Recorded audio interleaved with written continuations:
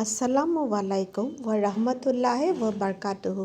মোৰ অন্য এটি ভিডিঅ'লৈ আপোনালোক সকলোকে স্বাগতম জনালোঁ। আৰু যিহেতু সেইদিনাখন চিকেন কেপচিকামৰ তৰকাৰী এখন বনাইছিলোঁ আৰু সেইকাৰণে তাৰপিছত চিকেন অকণমান আছিলে আৰু কেপচিকামো আছিলে, ভাবিলোঁ আজি অকণমান বেলেগ ধৰণে বনাওঁ। আৰু এয়া বনাইছোঁ কেপচিকাম আৰু বিলাহীৰ সৈতে চিকেনৰ এটা গ্ৰেভি, মানে তৰকাৰী নহয়, জোল নহয়, গ্ৰেভি। আৰু তাৰ কাৰণে প্ৰথমতে চিকেনখিনি ল'লোঁ। এইখিনি বেছিভাগ বনলেছেই হয় আৰু চিকেনখিনিত মই মেৰিনেট কৰিম এতিয়া। তাৰপাছত তাত মই দিলোঁ নিমখ, হালধি গুড়ি, তাৰপাছত জালুকৰ গুড়ি দিছোঁ, জিৰা গুড়ি অকণমান দিলোঁ আৰু দিছোঁ ধনিয়া গুড়ি।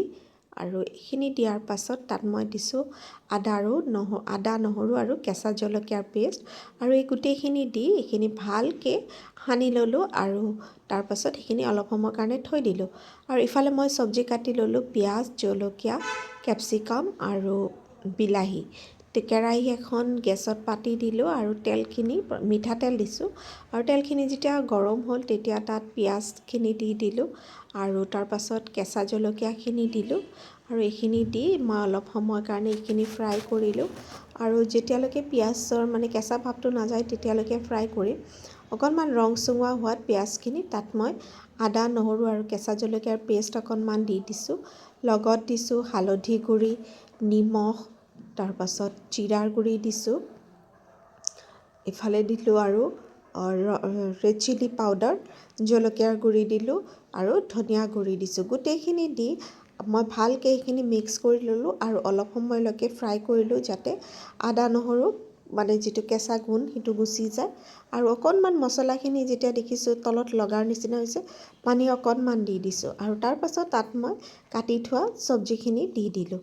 দি এইখিনি গোটেইখিনি ভালকৈ মিক্স কৰি ল'লোঁ আৰু চব্জিখিনি অকণমান সময়ৰ কাৰণে তাত হ'ব দিলোঁ।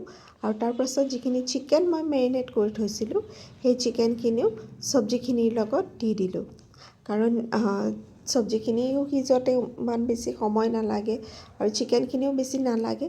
আৰু চিকেনখিনি দেখিছোঁ অকণমান হৈছেই আৰু তাত মানে অকণমান ড্ৰাই হৈ গৈছে। আৰু তেতিয়া তাত মই পানী অকণমান এড কৰি দিলোঁ আৰু পানীখিনি দি ভালকৈ সেইখিনি মিক্স কৰি কেৰাহীৰ ঢাকনিখন লগাই দিলোঁ আৰু 5 মিনিটমানৰ কাৰণে হ'ব দিলোঁ। অলপ পিছত দেখিছোঁ যে তাত উতল আহিছে আৰু তেতিয়া মই ভালকৈ সেইখিনি লাৰি দিলোঁ, তল ওপৰ কৰি দিছোঁ আৰু শেষত দিছোঁ ধনিয়া পাত অকণমান।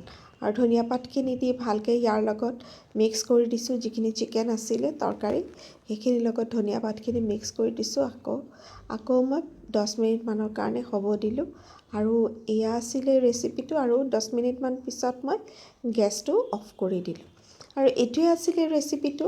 আৰু যদি আপোনালোকৰ মোৰ ভিডিঅ'টো ভাল লাগিছে তেতিয়াহ'লে লাইক কৰি দিব আৰু কমেণ্ট কৰিব, মোৰ পেজখন ফ'ল' কৰিব আৰু যদি বেয়া নাপায় মোৰ ভিডিঅ'টো শ্বেয়াৰ কৰি দিব। আজিৰ কাৰণে এইখিনিয়ে। আল্লাহ হাফিজ।